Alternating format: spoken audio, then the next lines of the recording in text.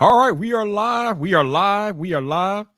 Wow, we got people in the cut already. I see y'all out there. Trent and Marshall. Technically, tea and no tea. A hamburger. It's not just a hamburger. It is a sandwich. Don't be trying to encourage Greg. Don't be trying to come on here encouraging Greg, man. We don't need no more sandwich rewards on here. And look, YouTube just sent out the notification, so now everybody knows that we are live. What's up, Miles? How you doing, man? How you doing? We are live. We are officially official on the YouTube airwaves for another episode of VypDrive. Thank you guys for rocking out. I know it's early, but as you know, I got Daniel coming, and we are on a 7-hour time difference. So while it's maybe 10 a.m. Eastern here, it's like it's like 6, 7 o'clock in the UK. So that is why we are starting early. But let's go ahead and get this intro started, and then we can bring in my man Daniel, and then we'll have an interesting chat about tech and everything else. So let's start. Let's go to work. Let me get a drink first.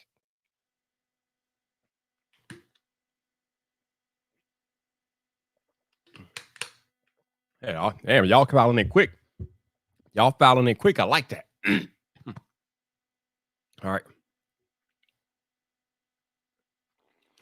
So this is VypDrive episode 113, and the podcast is about to be zoned in, baby.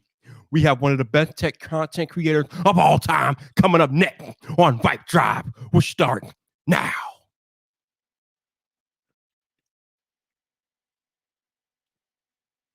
What's up, people? This your boy Viper, the man about tech, and welcome back to another episode of VypDrive. This is the podcast about tech, hosted by the man about tech. And today we have one of the greatest tech content creators of all time coming to the podcast. He's from the UK. He does tech content of all different companies and different types of tech. He is one of the most analytical people ever in the YouTube tech space. And recently, I think he's been in Steve Jobs' wardrobe. We'll talk about that later, though. Let's bring in my man, Daniel, a.k.a. ZoneOfTech is here. What's up, Daniel? How you doing? Hey, Viper. Yeah, I'm good. Thank you. How are you? I am good. Thank you for joining me today. I appreciate you. Yeah, thank you for having me. And thanks to everyone listening or watching this on YouTube. No doubt, no doubt. So, Daniel, first question I ask every first-time guest that comes to VypDrive. The people want to know, what brought you to YouTube? Right. So I started my channel. So I created my channel back in 2011. But I uploaded my very first video back in 2012, August 2012. And I think my story is going to sound pretty similar to everyone else in tech. But ever since I was young, I was pretty much obsessed with tech. Again, like I'm guessing pretty much everyone else. And I was the family and my friends' tech support guy, essentially. And there were quite a few tech channels that I used to watch back then. Essentially the OG tech channels, TLD Today, Unbox Therapy when he was doing the MacBook videos back in the old days. Right. And also Detroit Borg. So those were the three main channels that I was watching back then. And one day I was like, okay, it would be cool to also start making these videos, mostly for my family and friends. I was like, no one would watch these videos anyway. So essentially I wanted to create like a private repository of videos on YouTube that I could just send to anyone. And yeah, in 2012, right before I went to university, which was also when I moved to the UK, that's when I started uploading videos. And my very first video was an unboxing of the Apple Airport Express router. So that's pretty much how I started, yeah. Gotcha. All right, now I got to stop the podcast because, like I was joking in the intro, it looks like you've been shopping at the same place that Steve Jobs has been shopping. Is this like by intention, or is this Daniel? What's going on with this? You got like the black turtleneck on. I've seen you wear this like in a lot of your videos recently. So what's going on here, man? Right. So I've never actually talked about this, but here's the official exclusive explanation. So on VypDrive, right? So pretty much a year and a half ago, I think that's when I started wearing all black. Like I fully changed my wardrobe to black. And there was one pretty important reason for this.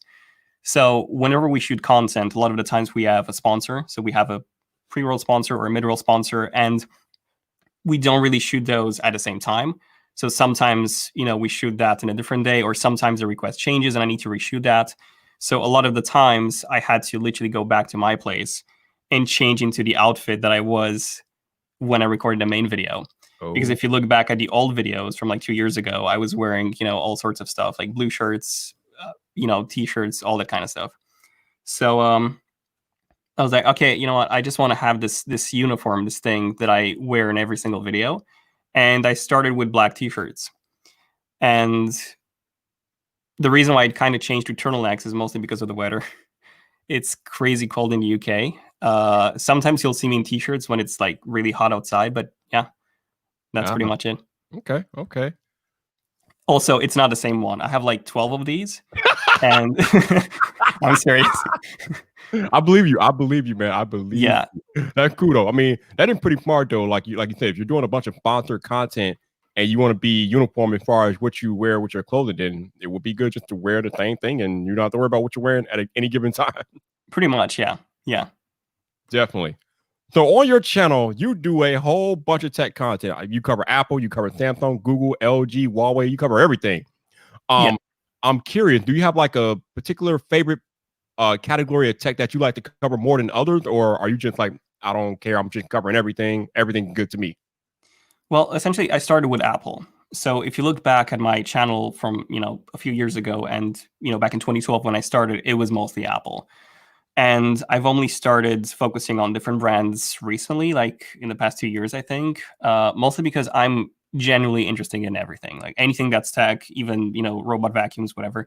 I'm really into that kind of stuff. So that's why I wanted to diversify my content and just have different brands. So that's why now we also have Samsung videos, PlayStation consoles, the new Xbox, stuff like that, Huawei stuff. Because it was funny back in the old days. There were so many comments on the videos. Like my channel was called ZoneOfTech, but I was only doing Apple, and people were saying that you should change the name into Zone of Apple. But hey, now now there's no need. All right, you know what? We're about to get deep, so let me get this whole station identification thing out the way. Shout out to the 21 of you all that are watching the podcast live here on YouTube. Thank you guys for tuning in to another edition of VypDrive with me and my man Daniel from ZoneOfTech. I appreciate you guys rocking out each and every episode. If you would like to support or donate to the podcast, super chats are open. You also have the option to become a channel member, or if you don't want YouTube taking a 30% cut of your donation, you have the option to buy me a coffee. That link is in the description. Not required. None of it's required, but anything that you guys are willing to do to contribute, greatly appreciate it. So thank you guys for rocking out. Shout out to those of y'all listening on audio only this week. Thank you for listening to another episode of VypDrive with me and ZoneOfTech. I appreciate you guys listening on the audio podcast each and every week. If you would like to support or donate to the podcast, those links will be in the show notes. So please go down there and check them out. It's not required, but anything that you're willing to contribute, greatly appreciate it. Also, if you want to follow Daniel and ZoneOfTech and all his content, his information will be down there in the show notes. So definitely go check him out, give him a look. Also, if you happen to be listening to this on Apple Podcasts, please consider leaving a rating or review as it helps more people discover the show. And we're trying to get back into the top 200 of tech podcasts on Apple Podcasts. So anything that you're willing to do to contribute to that, greatly appreciate it. So thank you so much for rocking out on another episode of VypDrive. Now, like I said, I'm going straight for the jugular this morning. Right. You made a video not too long ago. The video was titled "Our Relationship with Apple." Right. The video highlighted the ways that you have tried to reach out over the years to establish a relationship with Apple. Because, like you said, your channel first started out doing mostly Apple content because obviously, like me, we both love Apple. Hell, I call myself the captain of Team Apple, but you've probably done more Apple coverage than I have. But for whatever reason, you really have been almost, I guess, almost unsuccessful, I would say. I don't know. I'm not completely unsuccessful, but for the large part, you really haven't been able to establish that relationship with Apple. Yeah, I know you sent emails over the years. You actually got a response a couple of times, but nothing ever materialized. Actually, I think you took a trip to Apple headquarters in London a couple of times. Yeah, that's correct. At least one time. But like I said, nothing ever materialized from your reaching out and having direct communication with Apple. So what? I mean, obviously, it's your story. So what's the biggest story here? Like, why is it that you feel like you haven't been able to establish that relationship with Apple, even though you covered them for long? You do such a damn good job at it. To be honest, I'm not 100% sure because they've never really said why. So we did have a few contacts, and they did invite me to the HQ in London. And you guys can watch the full video where I talk about all of this in probably much more detail. But yeah, long story short, I've been covering Apple for the past 8 years, almost 8 years, and yeah, we've done loads of Apple content on the channel. And in the UK, I believe we're the largest Apple channel, so to say, in terms of the number of Apple videos that we've done over the years and the viewership on that. Yeah, and I'm a massive fan of Apple myself. Been using Apple since I think 2011, or actually no, sorry, 2007. So that's 13 years of just using Apple products. So yeah, I don't know, not fully sure. I think it's probably the leaks, but at the same time, I've never actually leaked anything myself. I just report on. Right. Yeah, so I'm not fully sure because there's other channels that also, talk about leaks, and they get Apple's stuff. So I know, not fully sure. Apple's just really strange when it comes to who they want to work with. Yeah, I remember you saying that in the video. You said that you think that part of it might be because you cover leaks, but like you said, you don't leak the information. You just cover it. And I think most of tech YouTube, if we're doing our job correctly, we are covering Apple leaks. If we're not covering Apple leaks, then something we're not doing our job correctly. If we cover Apple content, because there's a lot of Apple leaks, especially this year with our boy John Prosser just dropping bombs over there. But we are all covering these leaks. So to say that they don't want to work with you just because you're covering the league. Everybody's covering the league. Like, what are you talking about? So I don't think that's a viable enough reason for them to shun you out when we're all doing the same thing as far as covering these leaks. I mean, Apple is the biggest name in tech. So if something is going on with Apple, if there's a leak about an Apple service or product, you're going to cover that if you're a tech person. Every tech publication going to cover it. Every tech YouTuber going to cover it if they cover Apple stuff. So I don't know. I just find it weird. Like I said, you've been doing it for such a long time, and you tried on multiple occasions to reach out, but you never got any reciprocation. Well, you barely got any reciprocation, but nothing ever substantial. So I don't know. I just find it weird, and I don't think it's a good look for Apple, just because you're, like I said, you're one of the biggest tech channels in the UK over there, and you can't get no love from Apple. Really? That's just, I don't know. It's just weird. Yeah. So the thing is, we've actually worked with pretty much all the big names in tech, which is literally thanks to the audience, and that's just amazing. And the only big brand that we haven't worked with in terms of consumer tech is actually Apple, which, interesting enough, is actually what our main content is focused on. So again, I'm not 100% sure exactly why. It could also be one of those things where our Apple audience is fairly large, and even if we don't get a review unit from Apple of, I don't know, the new iPhone, the new MacBook Pro, whatever, we'll just buy it anyways. So maybe it's also one of those things. Not fully sure. So I don't know. All right. Yeah, that's weird. Hopefully, I hope one day that you are able to have that relationship, because I know they are definitely starting to reach out more into the creator market, and they're tapping into more creators, and they're giving more creators assets than ever before. So hopefully at some point they realize, yeah, we got ZoneOfTech over here with the largest audience. He has over 1 million subscribers on YouTube right now. So hopefully at some point somebody from Apple will recognize that you are the man and give you that asset that you want, because there's no reason why you shouldn't have that asset. I mean, yeah, I think, if they would have just said, just a big no, like, hey, we don't want to work with you for whatever reason, then I would be like, okay, But I think the fact that they promised me so much, like I literally went to London HQ, and they literally promised me just so many things, and nothing was on paper, by the way. But I met up with someone which had a pretty high-end position at Apple. And, I was quite sure that, all of this would materialize, and literally none of that happened. Oh, man. Yeah. And, if I weren't a big Apple fan, then I wouldn't really care, but I really do care, because I do like Apple and their products, and, that hurts on a personal level, but hey, what can you do?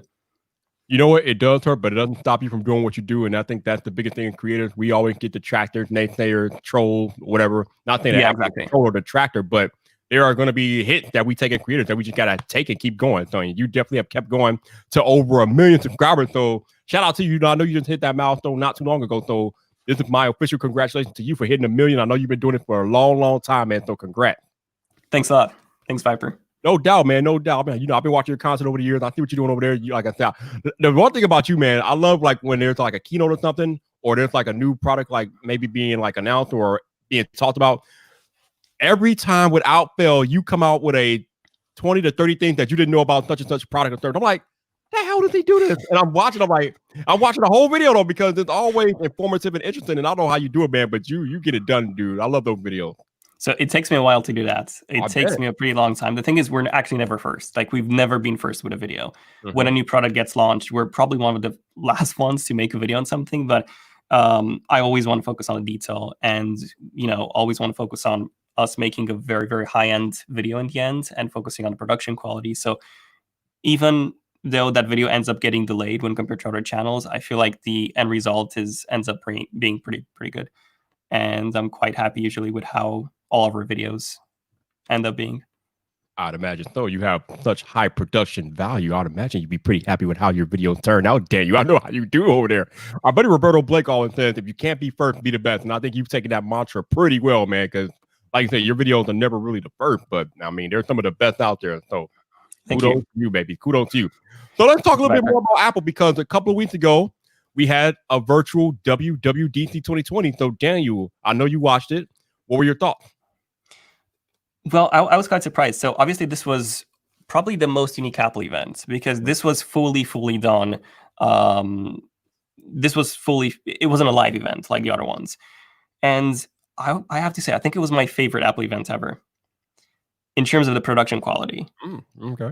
Yeah, I think it was just amazing. I think Apple should literally just focus on this more. Focus just on having more events like this filmed beforehand, just because you can edit them so much better, and you can, you're probably familiar with some of the incidents that happened at some Apple events over the years, where some devices were not working properly and they had some issues with some stuff.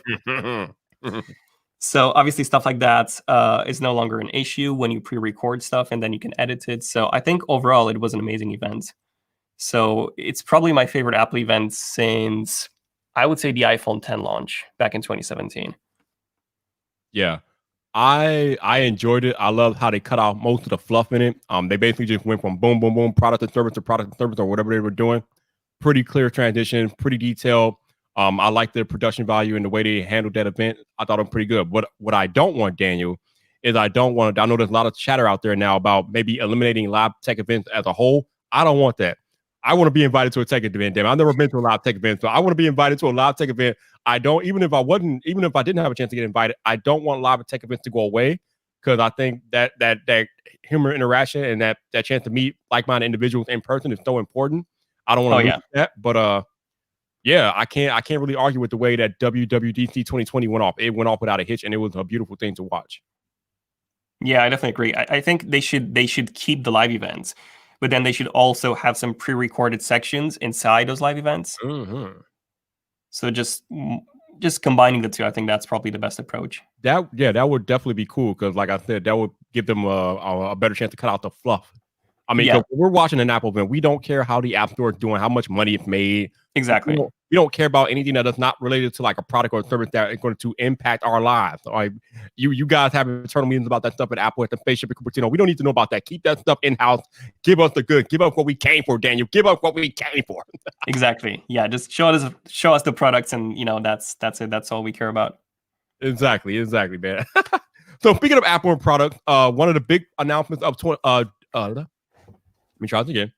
One of the big announcements of WWDC 2020, Daniel, was Apple is transitioning into using their own Apple Silicon for their MacBooks and laptops and desktops and things like that.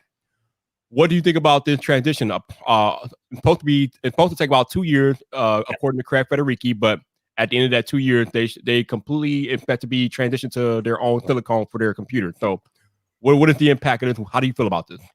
Okay, so that's a massive change. We've had Intel processors on Macs since 2006. So we've had those for the past 14 years. Before that, we had PowerPC processors.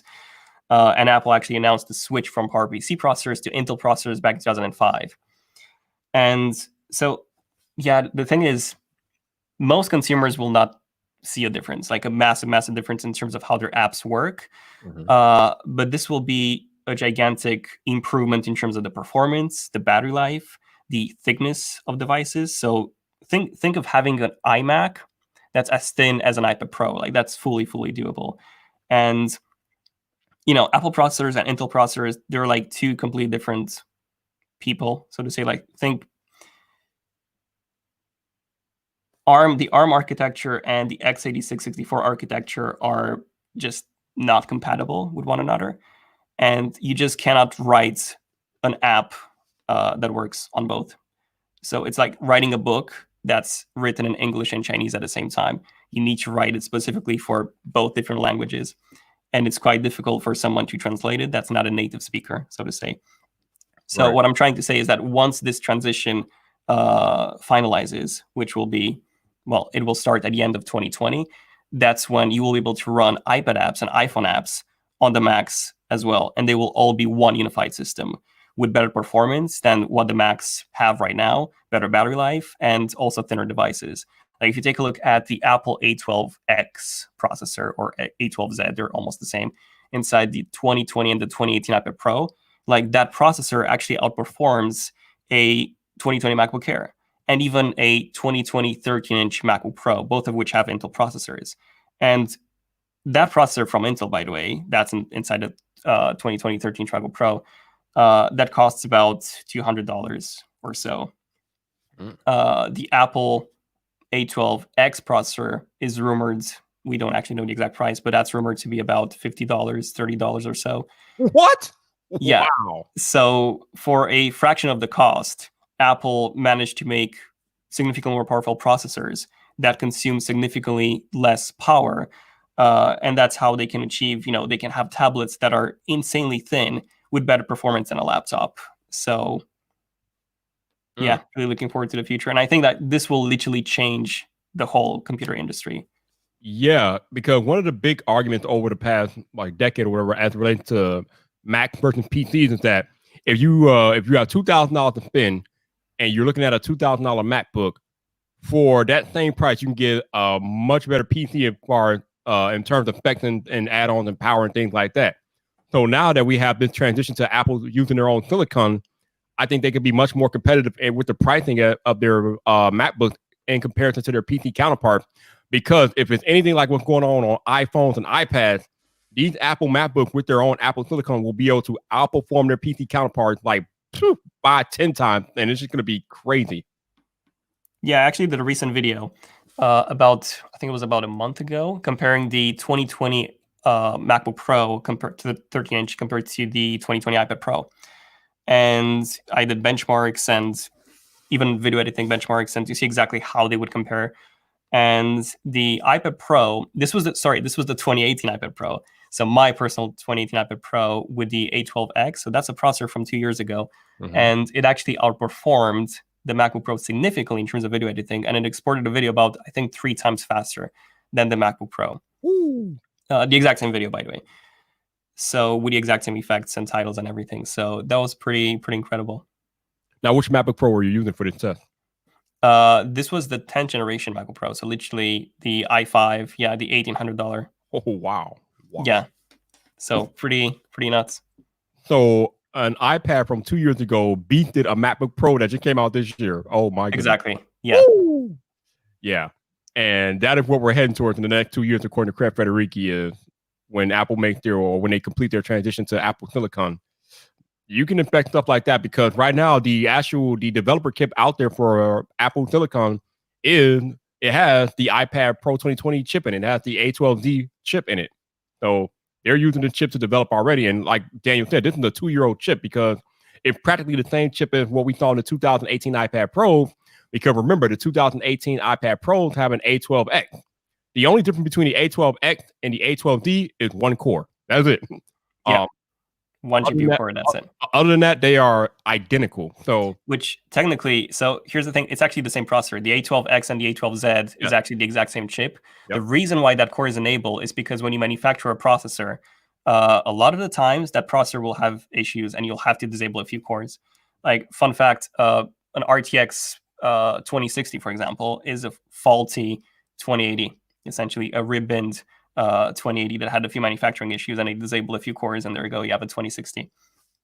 And that's why they did it for that. That's exactly how they did it for the A12X, essentially. So they already had an extra GPU core, just that they didn't enable it because they had some manufacturing issues.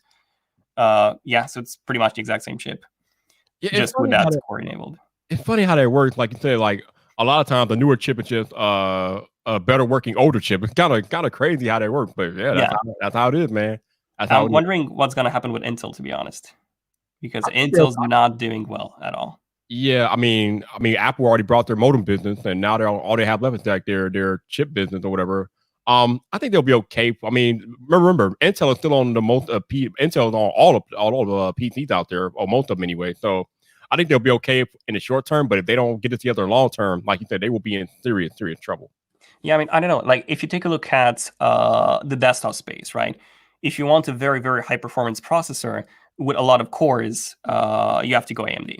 Like, there's no comparison between a Threadripper and a Xeon processor from Intel. Like, a Threadripper is pretty much always a much better choice. It's less expensive. You have more cores. A lot of the times you have a higher clock speed. Like, we use a Threadripper to 2990W, I believe. In a PC that I built last year, and we use it to render all of our concept. It's a 32-core processor. It's just a beast. And we just cannot get an equivalent from Intel that has as much of a power as the Threadripper for the same price. There's just no options. Even like if you take a look at the most powerful option that you get from Intel in the Mac Pro, that's a 28-core Mac Pro. Mhm. Now AMD already has a 64-core processor. Oh, Yeah, so you can get a 64-core processor from AMD fairly inexpensively. So I think it's about $2,000, that chip. And I believe Apple charges more for you to upgrade the CPU in the Mac Pro to that 28-core Intel Xeon. right. So AMD is basically winning on the desktop space. AMD is also winning on the console space, like all the new consoles, the PS5 and the Xbox. They will both be using AMD CPUs and GPUs. And, same thing applies to laptops. A lot of laptops that came out in 2020 that have AMD CPUs, they're actually performing much better than their Intel counterparts. So we'll see what happens to Intel. All right, let's get a couple of points in order for the live chat before we move on. The reason why the stream is so early is because Daniel is in the UK and I'm in the Midwest, Illinois. We are on a 7-hour time difference, so the best time for us to link up was now. So that's why the stream is so early. Trust me, I don't normally do early streams, not my thing. But hey, if I gotta go early to get my man Daniel on a podcast with me, that's what we're doing. So that's why we're here early, because it's like what is it, 6, 7, 8 where you are in the evening? It's 3 p.m., 3:24 p.m. Oh, 3. Okay. So still like a 7-hour time difference or something like that. Okay, Yeah. my numbers mixed up. Oh yeah, it's like 3 in the afternoon where he is, and it's like 9 in the morning where I am. So yeah, we had to go early. Secondly, I asked him this before we went live, but the reason why he has like 2 sets of headphones on, he's using the over ears to monitor the audio, and he's using the earpods to as a mic, I guess, or something, right? Well, so I have an external microphone, which is right there. There you go. All right, gotcha.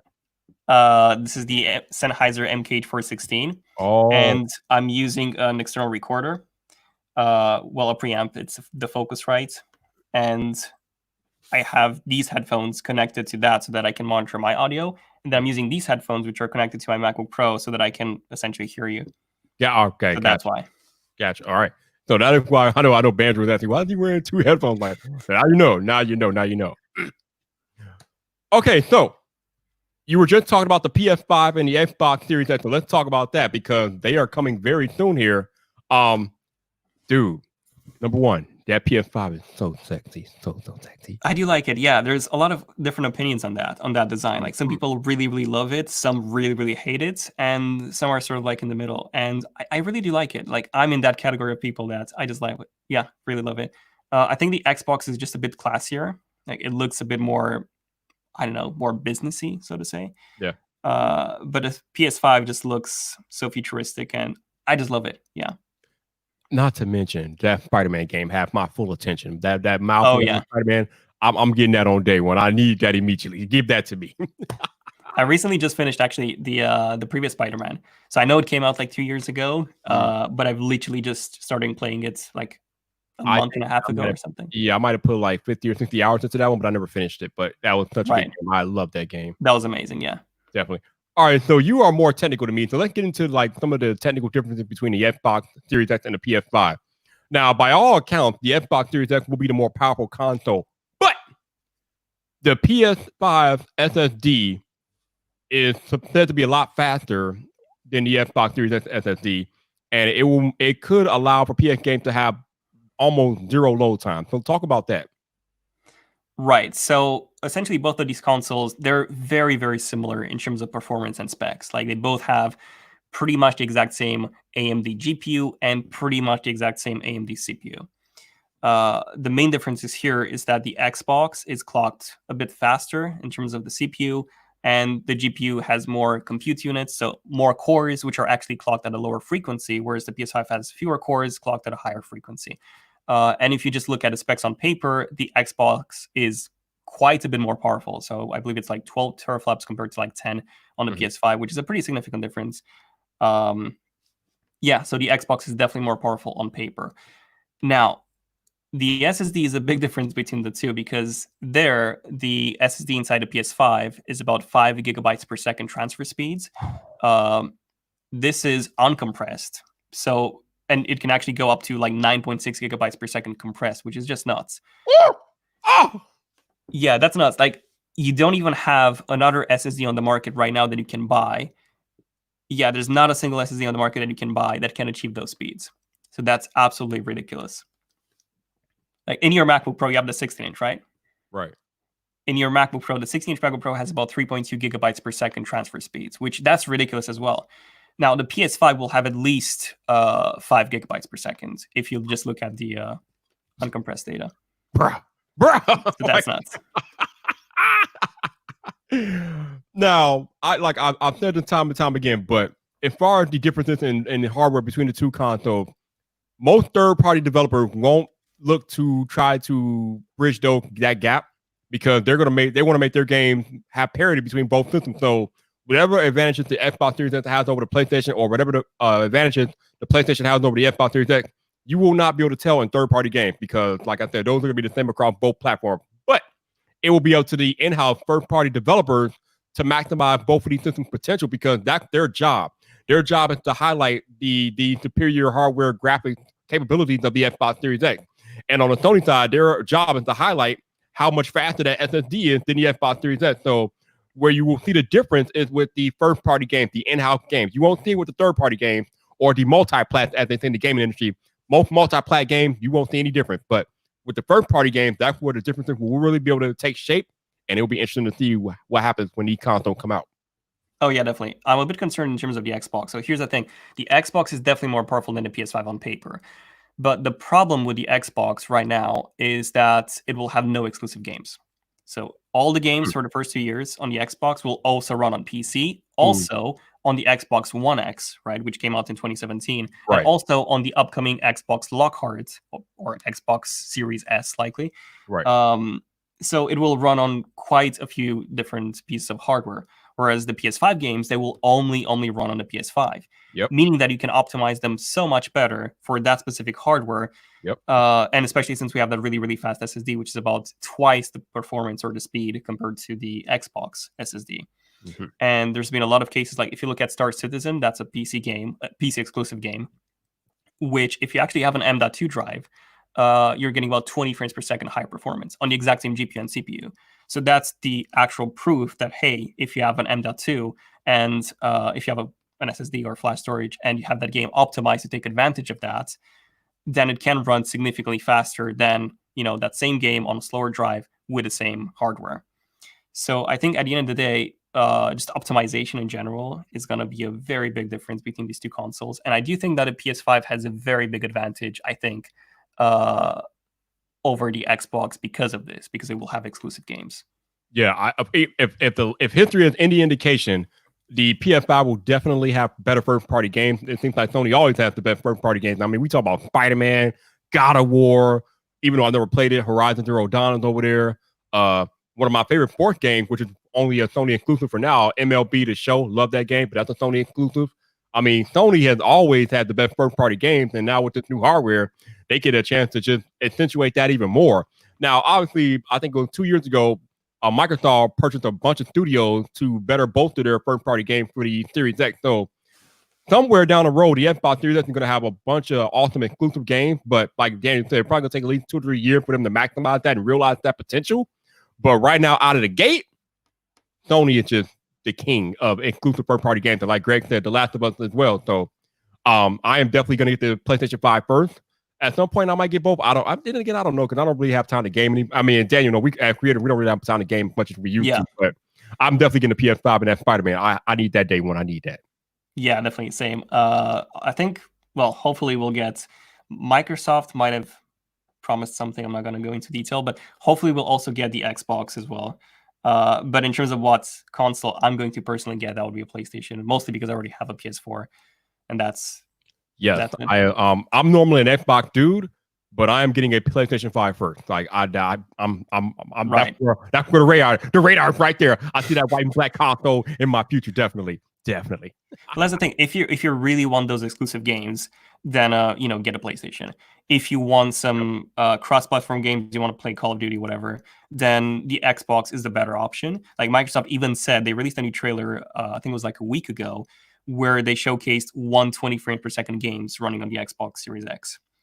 So, and Sony hasn't even talked about 60 frames per second in a trailer, at least. So the new Spider-Man seems to be a 30 frames per second game from the looks of it, which is a bit, I don't know, it's a bit disappointing, I would say. Whereas the Xbox will be targeting 60 and even 120. That's all good and well, but they gotta have the game first. I mean, yeah, they gotta have the games. The trailers are cute and all, but we need to see the actual game out here in our hands. And like I said, that's the advantage that Sony has, at least out of the gate. Sony will have the better first party games. Hell, Spider-Man is better than anything that Xbox has never done. So I mean, hey, it is what it is. Well, no, I just think that for Halo pretty good. But yeah, I mean, hey, Spider-Man is too good. It's too good. So what else would you try aside from Spider-Man? You know what? Honestly, I didn't really see too much in that presentation from PlayStation that really caught my eye. Obviously, like I said, I love MLB to show those baseball games, so I'll probably pick up one of those if those available. Other than that, I don't know. I mean, right now I'm so focused on Spider-Man. I don't even care about anything else. I know Sony will have awesome games down the road, even if they don't at launch. So I'm not even worried about the games as far as Sony goes. Sony always has that on lock. Yeah, I really want to try the new Horizon, the Wild West, that one. Right. Yep. Forbidden West, sorry. I played the first one when it came out, and that was just one of the very best games I've ever played. Like story-wise, graphics-wise, music-wise, everything. That was incredible. So I'm really, really looking forward to this next one, but it won't be coming out in 2020, maybe not even 2021. So we'll have to wait a bit longer for that. Gotcha. All right, let's transition over to something that's actually coming more quickly than all of that. And that is Samsung and their Unpacked event, which is happening on August 5th. Now, Daniel has made a few videos covering the Fold 2 and the Note 20 Ultra. Let's start with the Note 20 Ultra because I'm more interested in the Fold 2, so we'll get the least interesting stuff out the way. So the Note 20 Ultra is coming. I mean, we've seen those leaks online with that bronze color, and oh my God, Daniel, that bronze. Damn it. Looks so good. Looks so good. That looks incredible, and I'm really happy to see that Samsung is finally making, from the looks of it, that's a frosted glass back. So we haven't had frosted glass backs on any Samsung flagship yet. And for example, this is the Fold 1, and it's just a mess. It's like so fingerprinty, and unfortunately on my iPhone I have a D brand skin, not a sponsor. but what I'm trying to say is that having a frosted glass back just removes all those fingerprints, and I'm just a massive fan of frosted glass backs on smartphones. So I'm just really looking forward to something like that on the Note 20 line. Now, your boy has, as most of you all know, I have the Galaxy S20 Ultra here, and this phone, I use it every day. The performance is lovely, but as most of you all know, it failed on the camera because the autofocus, even after the update, still not doing what it's supposed to do. Daniel, I'm a little concerned, though, that Samsung might not be able to fix the problems with the autofocus on the Note 20. Is there any hope that the Note 20's autofocus system will be better than this? Because if it's not, that's a major problem. Yeah, so the Note 20, there will be two Note 20s. The Note 20 and the Note 20 Plus, or the Note 20 Ultra. We don't really know the exact name of it yet, but the Ultra, so the high-end one, will have the exact same camera as the S20 Ultra. So the same sensor, same everything, but it will have something quite new, which is a new laser autofocusing system. So essentially just a laser that will help the main sensor focus much faster. So yeah, that's definitely coming. You have my attention. That's definitely coming. Okay, all right. Thank God, because this is not cutting it at all. So yeah. And they're also making some tweaks to the telephoto module. So the 100x zoom module, that's undergoing some changes with the Note 20 Ultra. Like for example, it will be 16, I believe, 16 megapixel sensor down from the 48 megapixel that we had on the Ultra. So it's actually going down in resolution. But they're actually increasing the zoom on the lens on the periscope module. So it should be a 5x optical compared to a 4x optical that we had on the S20 Ultra. Oh, okay. But you would not be able to zoom in as much digitally. So it will only go up to 50x. So long story short, if you were just like me and you only use that 10x hybrid zoom on the S20 Ultra, then this hybrid zoom will be much better. Yeah, that 100x zoom stuff, which is ridiculous and practically unusable anyway. So, I mean, them cutting back on the zoom, not a big deal at all. I mean, hell, I think it was only usable. I think 30x zoom was pretty much the max that you can actually use the photo. Anything over that was just roadkill. It was literal roadkill. So, yeah. But you know what? The one thing I like about the Note phone lately, anyway, is the form factor. I mean, I love how wide and flat they are. They're wide, they're flat. They're much more enjoyable to type on than the S phone because those are like slightly more curved. Exactly. And not as wide, and I don't really like that for typing and just general user experience because I'm not really a fan of the accidental touches. So, I know you kind of like curved display. For me, I could do without them. But yeah, between that bronze color and if they do make those camera modifications, like you said, the Note 20 Ultra and the Note 20 devices in general, those could be big deals, definitely. Yeah, so if they should fix the autofocusing with that new laser system. They should fix the zoom with a new zoom module. I'm just hoping that they also fix the image processing, which realistically that's also done through software. But on the Ultra, it was pretty bad. So the HDR processing, it just wasn't great. The highlights in photos, they got blown out a lot of the times. The shadows got crushed. And I even did a few comparisons against the Galaxy S10 from last year and the Galaxy S10, or actually from the year before. And no, actually it was last year, 2019. But yeah, the S10 actually had much better image processing compared to the S20 Ultra. So HDR processing was better. So I'm just hoping that they get that fixed. The regular S20 didn't have this issue. It was just the Ultra. Right. Yep. Yeah. It was funny. Like you could take better pictures with the S20 Plus than an S20 Ultra, which is $1,400 to start. I'm like, this is wrong, Samsung. I pay max dollar for this. I paid max dollar for this. And exactly. I got inferior product taking better pictures to me. I'm not a fan, Samsung. I'm not a fan. But you know what? Shout out to the Note 20. It should be a good device. But the device I'm more interested in, Daniel, and I think you feel the same way, the Galaxy Z Fold. First of all, why the hell is it called Galaxy Z Fold 2? Can somebody please change the name? It should just be the Galaxy Fold 2. But I'm more interested in the Galaxy Fold 2. Now, I have never owned a foldable device, but everybody who has touched the original Fold has been in love with that thing, like complete love. And like you're using it as your main device right now. So I'm guessing you feel the same way. So talk to us about what we could expect with the Fold 2. Right. Well, here's a spoiler. I've actually switched back to my iPhone. So I switched back from my iPhone. So this is the Fold. This is my secondary device now. But the only reason why I switched, honestly, is so I was using this as my main device for about 2 months. And then we started working on the review. And I actually reset it so that we could do the shots on this.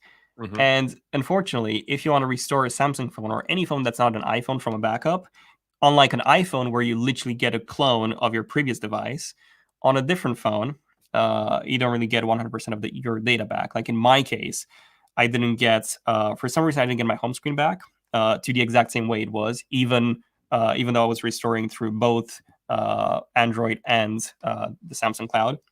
And I had a few issues with icons. So long story short, I had to just set it up as a new device. And I just couldn't be bothered to fully set up my hundreds of apps again. Now it is set up, but in the meantime, I've just switched to the iPhone. So now I'm still using this, but mostly as a secondary device.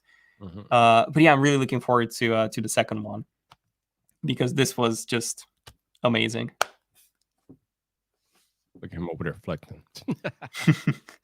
Yeah, so the thing is, when the Fold 1 came out, it came out, well, officially. So it was announced on stage back in 2018 November. So that's when it was first announced, 2018 November, so almost 2 years ago.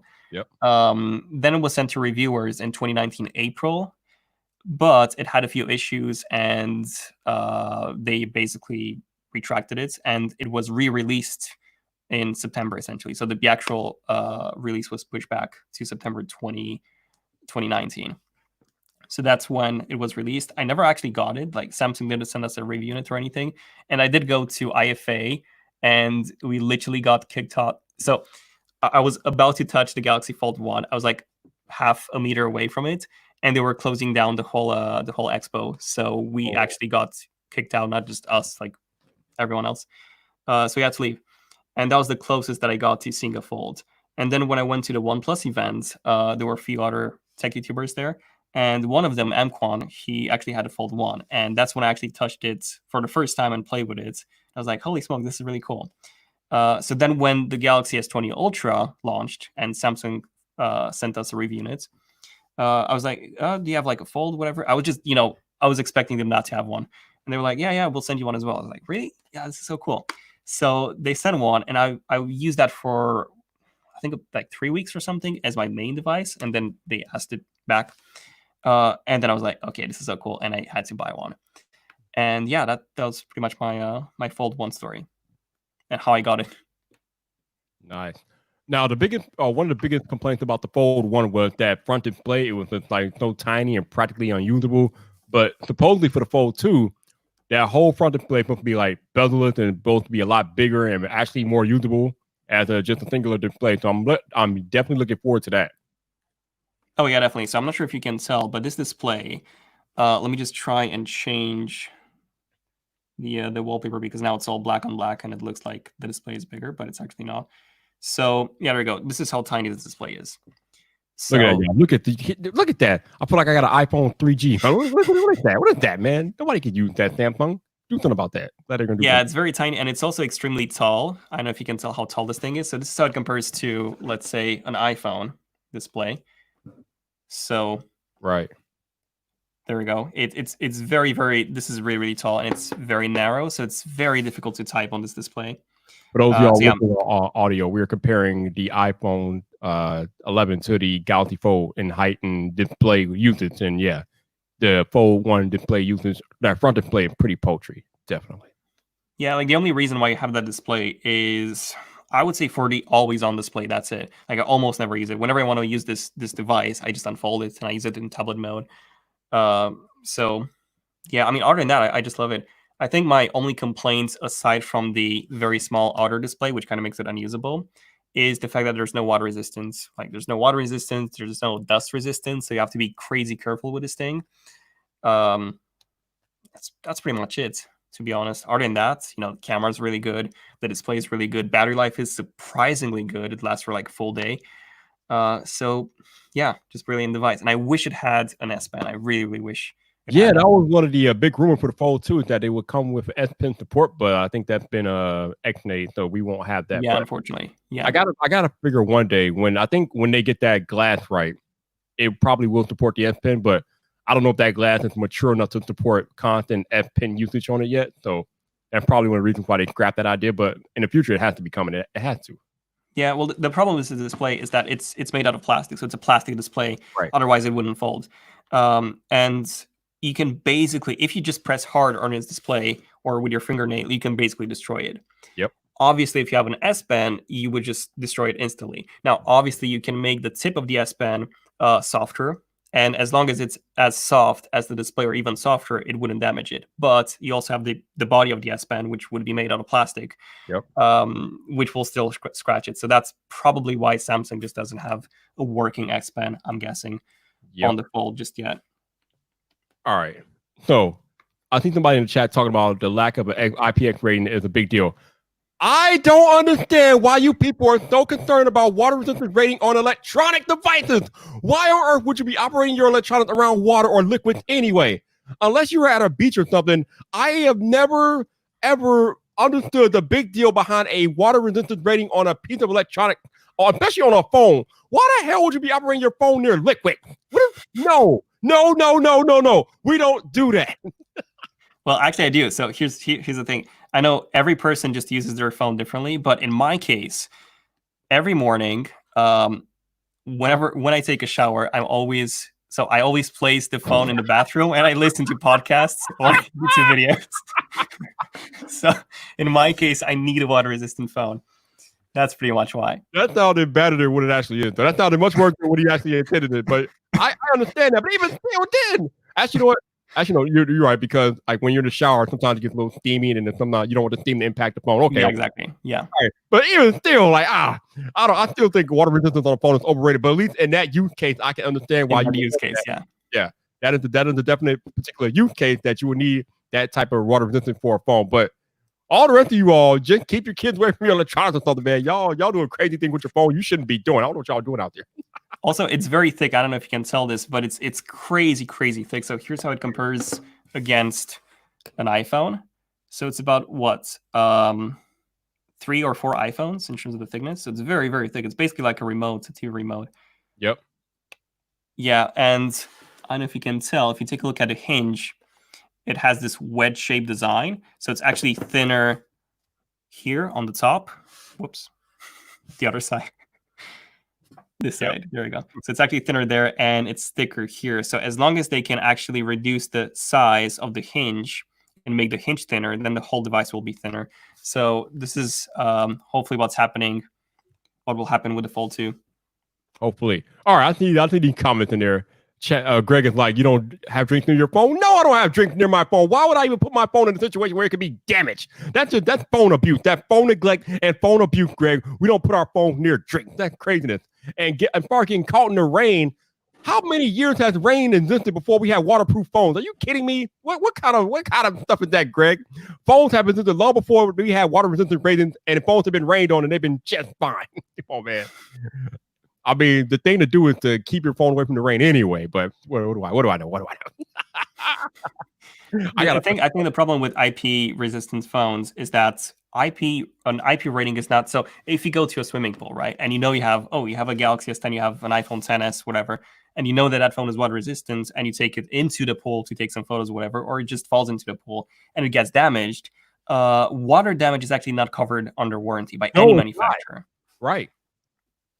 Which is another thing, like they don't even cover these phones if they get water damage. So what? That doesn't even make sense. Like it's like, yeah, it's like telling you that, hey, this car that you just bought that has, I don't know, slip-proof tires or something, and if you slip on those tires, with those tires, then your whole car will break and it's not covered. So yeah, I don't know. It's just so strange that they don't cover this, and not a single manufacturer covers water damage.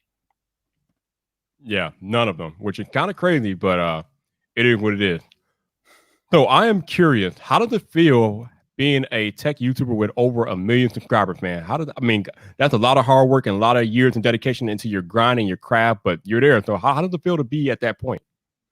Well, it's pretty much unreal. I would say that it feels pretty much unreal, because looking back at when I started everything, which was again back in 2012, I actually remember to the very smallest detail making those videos. It's really strange. Like there's a few things that, when you have some memories, some really good ones, and you look back at those and you're like, holy smokes, I can remember everything from that memory.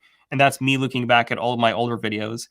And it's just unreal how much everything has changed and how much everything grew over the years and how much the channel has expanded. It's just absolutely nuts. So I still don't believe it, to be honest. It feels like a dream, like something that's not fully real, but there we go, it is. Yeah. So maybe, yeah, I think that's how you'll be, or how you'll feel one day as well. I can see what you did there. So you're saying that your boy Viper is on the way to 1 million, huh? Oh, okay. Yeah, at some point. I appreciate you, man. I hope so. I don't know, man. Me and YouTube not getting along with these as far as how they treat my videos and things, but that's another story for another day. But I appreciate the compliment. Thank you. Yeah, no worries. I think 100K is probably the most memorable achievement in a YouTuber's life, because that's when they give you that silver play button, and that was just unreal for me, just getting that award. And from then on, the big achievement, the big goal is that 1 million. And I think when you reach 1 million, you don't even care about, like, I don't even know how many subs I have right now. I think it's 1,040K, something like that. But I don't even keep track anymore. I'm like, we reached 1 million, whatever. You got a million. That was the goal. But 10 million obviously would be the next goal for any channel, really. But 10 million is so difficult to get. Yeah. And I feel like 1 million is pretty much the big goal that everyone can aim towards. I don't know, man. If you keep doing what you're doing, or at the pace that you're doing it, I don't see no reason why you can't hit 10 million one day. I mean, Hey, God's Maybe limit. in like 50 years. God's No. limit. Well, I've exhausted all my questions. Do we have time to take questions from the chat, Daniel? Yeah. All right, you all. It is now Q&A time. If you guys have questions for Daniel, which I know you do because y'all been asking in the chat as we talk, but like I said, usually when I'm doing these podcasts, it's basically me going one-on-one with the guests, so I don't really look at the chat too much. But I know y'all got questions, so this is your time, Vibe Nation. Speak up if you got close. If you got questions, if you got questions for our man ZoneOfTech here, speak up now, baby. Because I don't think you've ever done a live stream on your channel, have you? I have. So I've done a few. It was funny because my first live stream, the YouTube memberships thing. Yep. Yeah, so I've done the first live stream as a private live stream for just the members. That was the whole idea, just doing live streams for members. Okay. And I didn't really have a lot of members, and not a lot of those members tuned in. And in the end, I was like, you know what, I'll just do public live streams. And I did about 2 or 3. Yeah, those were in 2018, I believe, around 2018-ish or 2019. Okay. All right. So we got some questions coming in. And StreamYard will hurry up and let me highlight them. I can read them. All right. So question come from Team VRY. It says, Daniel, what factor did you think led to your massive channel growth? Let's see. I think probably so. There was a series of videos that I started back in 2013, the Leaks and Rumors series, in which I was talking about just how that series is, just leaks and everything we knew about unreleased products. And there was a video that I did on the iPhone 6 and everything we knew about the iPhone 6 back then. And that was in 2014, and that video got to 8.3 million views and went like fully viral. And yeah, I think that's when my channel got like 20K subs just from that video, that single video, and that was just nuts.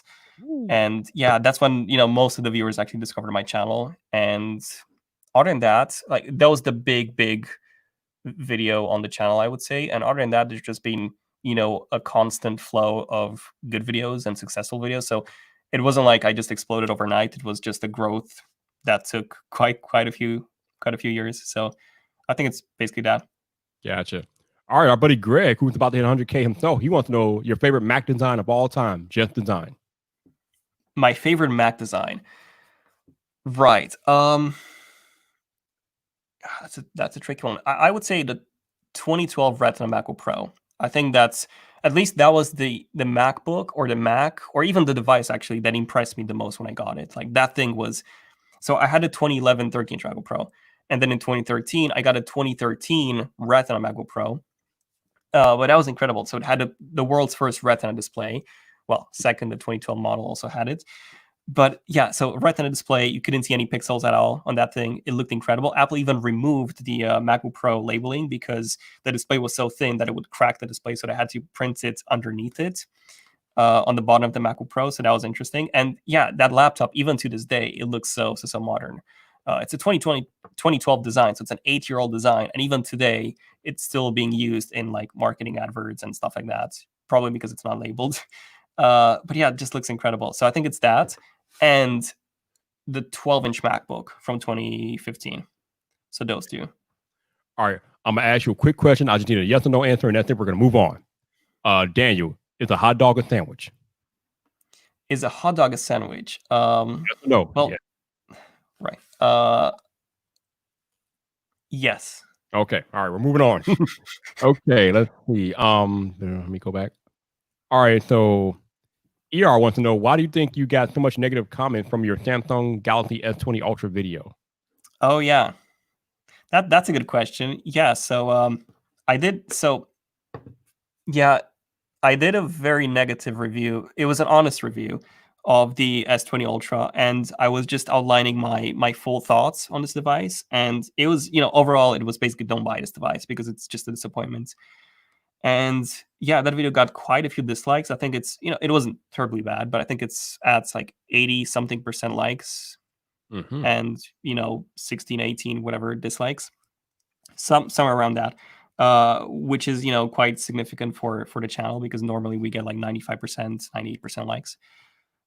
So yeah, anyways, I think just a lot of people were just upset about a whole review and the fact that I know they thought that I was just bashing the S20 Ultra, which the thing with the S20 Ultra was that it was a very overhyped phone.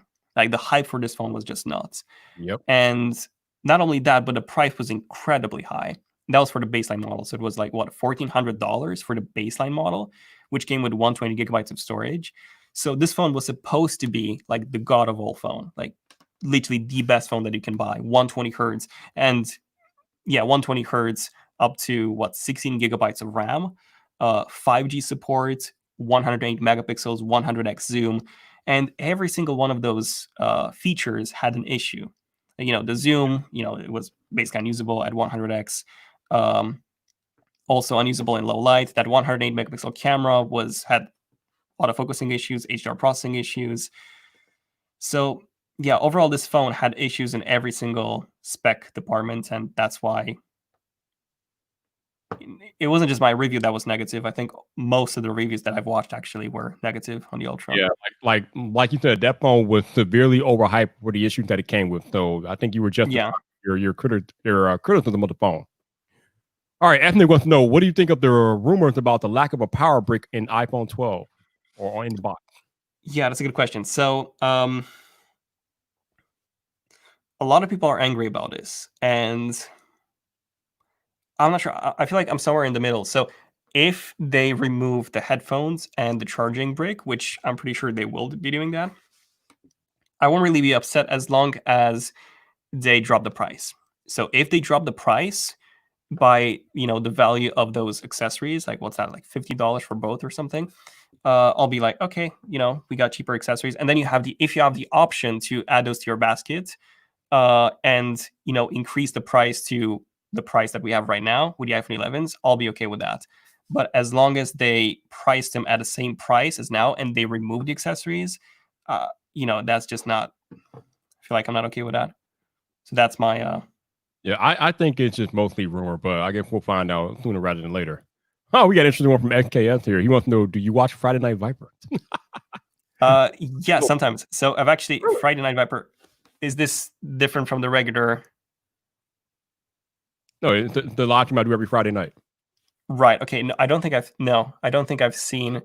Sorry, I don't think I've seen any Friday night live stream. Yeah, he's Friday Night Viper more or less. Yeah, but I've seen quite a few of your live streams. Oh yeah. I've been live a lot lately. Okay, let's see. All right, so we talked about this earlier, but I'll bring it up real quick. He's asking your favorite creators. My favorite content creators. So, contrary to the popular belief, I actually don't watch a lot of YouTube. So I think it's pretty much the same with all the other creators. Like if you're making content about something, you already know a lot of stuff about that content, and you don't really watch that much content on that product. But in terms of the few content creators that I do watch, it's mostly just tech ones. I would say Marquez just makes some insanely good content, and also Mr. Who's the Boss. If you know him, he also makes some incredibly just well thought content. So I would say those two channels are probably the ones that I go to the most whenever I want to learn about something cool. Yeah, those dudes are legit. Yeah, definitely. All right, so Melodic says he's always preferred the UI of Android. However, with the new iOS 14 changes, he's come to enjoy the iPhone more since it feels a little closer to the Android experience. Do we feel the same? I can say yes. When iOS 14 introduced picture-in-picture to iPhone, it was a wrap. I was like, yes! I mean, between picture-in-picture and widgets on iPhone, I mean, damn, it might as well be Android at this point. But yeah, I definitely feel like the iPhone is inching closer and closer to Android territory. And iPhone, I'm not complaining about it at all. Oh yeah, definitely. Like I've been requesting widgets on iOS for so many years now, and that was literally my number one request from Android, and we finally have it. So that's just amazing. And the app drawer is, I don't know, a bit of a mixed feeling because I just want to have my own custom folders in there. That's just the thing that I've been doing on Samsung phones for years now, and I think that's amazing. The fact that you can have custom folders inside the app launcher. So hopefully Apple releases an update to address that. But I feel like the main thing that's still missing from iOS would be side-by-side multitasking, which we still do not have. Correct. But on the iPhone. Right, but we have it on the iPad, right? Oh no, another feature that's on iPad, which I don't know why it's not on iPhone yet, but I mean, one thing at a time, I guess. All right, so Pop wants to know, Daniel, when are you going to release part 2 of your story of ZoneOfTech? Oh yeah, I got so many requests for this. Right, so long story short, if you guys are not aware, so when we hit 1 million subscribers, I actually did a very, very detailed, just behind the scenes story of everything, how I started ZoneOfTech and all that. It was basically just a lot of stuff that I never really talked about, and my story and all that. And so that was part one. And I said that I'll be doing 2 more parts, 2 and 3, in which I'll be talking about my team and how we make the whole content and all that. And I know I said that part 2 was coming in 2 weeks, like after part 1 was released. And that's still coming, by the way. So it's been a while. It's been like 3 months since that part 2 was supposed to come. But yeah, long story short, we wanted to do part 2 and 3 in the office, all of us in the office in the studio. But the COVID outbreak happened in the meantime, and we had to start working remotely. Yep. And social distancing doesn't really help when you want to do a video with someone sitting right next to you.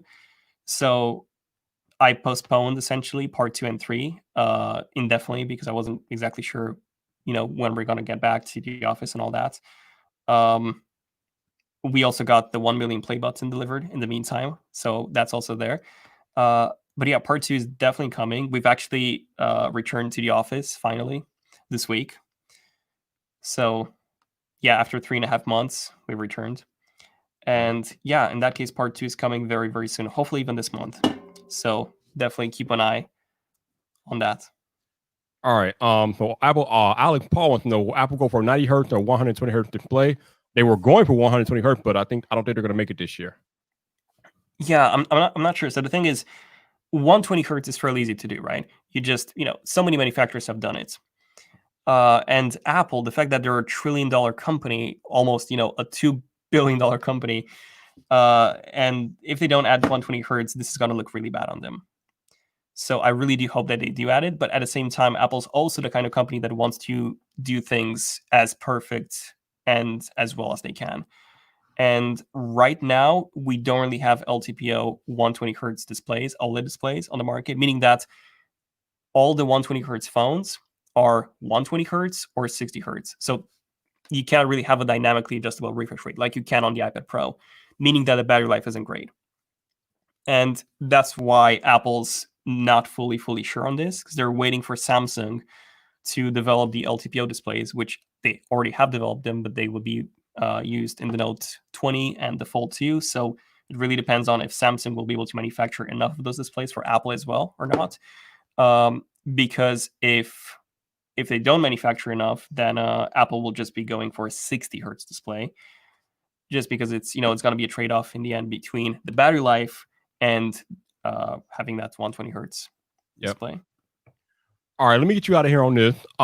I am curious to know how you feel about transitioning from doing everything by yourself to gradually transitioning into the team you have today, because obviously for the longest time you did your filming, editing, everything for your video, but more recently you have adopted a team. So how has that transition been for you? Pretty interesting, yeah. So I've been working on my own essentially from 2012 when I started the channel up until 2017 August. So from 2017 August, that's when I turned ZoneOfTech into a company, and I started just building a team, getting an office, all of that. And now we're still a pretty small team, so we're just 4. But we do have an office, a recording studio, and I would say it's a very different workflow compared to how I was doing the videos, but it's so much better. Like the fact that you're surrounded by people just like you. We're all into tech. It's not just me who's into tech, and we always talk about tech and content, and it's just fun essentially. And obviously the workload has changed significantly, which that's a topic, a very long topic on how we do the content. But yeah, I would say overall, it's one of those things where when you do things by yourself, you know how your content is gonna be. Like, it was really difficult for me at first to transition to that team mentality, essentially, but I just needed help to just grow and do more things, essentially, and make better videos in the end. And it was pretty much the best decision that I've ever taken in my life. And it's a learning process, but we got to a point where just the production is going incredibly well, and we've made the best content we've ever made on the channel. So really happy with that. Yeah, I think I heard somebody I've heard from other people that talked about how you can do so much more with a team instead of trying to tackle everything by yourself. So I can imagine that you must feel so good about having a whole team behind you so you can do pretty much whatever you want to do. Yeah, I think that the tricky part, and this applies to everyone, is just communicating. And long story short, when you have a YouTube channel, when I started, it was just me making videos, whatever. And then when it started growing, then I started getting approached by brands, getting sponsors, and I was doing so many things. Like I was, scripting, doing research, recording, editing, talking to sponsors, making contracts, legal stuff. So absolutely nuts. It was basically the work of like 5 people, and I was constantly working. Like I was working until like 10 p.m. From like 8 a.m. or 7 a.m. nonstop. Basically doing just videos, YouTube all the time with no breaks, not even weekends. And I did that for years. And it was really cool. It was really exciting. But I got to a point where I was like, okay, I actually want to do more, but I physically cannot. And it was, what should I do now? Should I just trade a bit of that freedom and just, find some like-minded people who can just make me make better stuff? And yeah, that's pretty much what I did. And like I said, communication is the tricky part because you're the one that has all these video ideas and the topics in mind, and you have to know how to communicate all of those to your team. And we found a very good way to do it, but it took us a while to learn exactly how to plan everything. But now it's going really smooth. Awesome, man. Daniel, ZoneOfTech. Thank you for the conversation, man. Thanks for joining me. I appreciate you. Yeah, thank you for having me. It's been really fun. No doubt. Before we get out of here, let the people know where they can find you. Just ZoneOfTech. So if you just search ZoneOfTech anywhere, basically Twitter, Facebook, not really using Facebook, Instagram, YouTube. Yeah, I'm pretty much there. Yep, just Google ZoneOfTech and he will pop up. No doubt about it, man. Shout out to those of y'all that watched the podcast live today with me and Daniel. Thank you guys for rocking out each and every week. If you super chatted, if you brought me a coffee or became a channel member, thank you so much for your support. I appreciate you guys rocking out with me each and every episode. So thank you sincerely. Thank you. You guys know where to find Daniel. Just look up his channel, things like that. You know where to find him. Shout out to those of y'all that listen this week on audio only. Thank you for listening to another episode of VypDrive with me and ZoneOfTech. I appreciate you guys rocking out each and every week on the podcast. If you want to follow Daniel watching content, which you should, all his info will be in the show notes. So definitely go down there and give him a look. He's legit. Also, if you want to support or donate to the podcast, those links will be in the show notes as well. Remember, it's not required, but anything that you're willing to contribute, greatly appreciate it. Also, if you happen to be listening on Apple Podcasts, please consider leaving a rating or review as to help more people discover the podcast. And we're trying to get back into that top 200 of tech podcasts on Apple Podcasts. So thank you. Appreciate you guys rocking out on audio each and every week. For those of y'all that watch these live on YouTube, there is one more episode of the podcast before I go on hiatus a little bit. Monday evening, I think Christopher Lawley is coming to the podcast. That dude does everything iPad, so that should be a nice fun chat about iPad and things like that. But after that, I am taking a week off from the podcast. No episodes. I know you guys have had enough content to last a lifetime these past 3 weeks. So you finally get a break from me being live every day. So after Monday, I'm done for a few days anyway. But that is it. I will be back on Monday evening with my last episode of VypDrive for a week. But yeah, that's where you'll find me. Yeah, thank you for the invite, Viper. No problem. Hey, no, like I said, thank you again for joining me. I appreciate it. Definitely. Yeah, no worries. But until the next time, people, this your boy Viper, the man about tech. You know where to find me. So come back for more.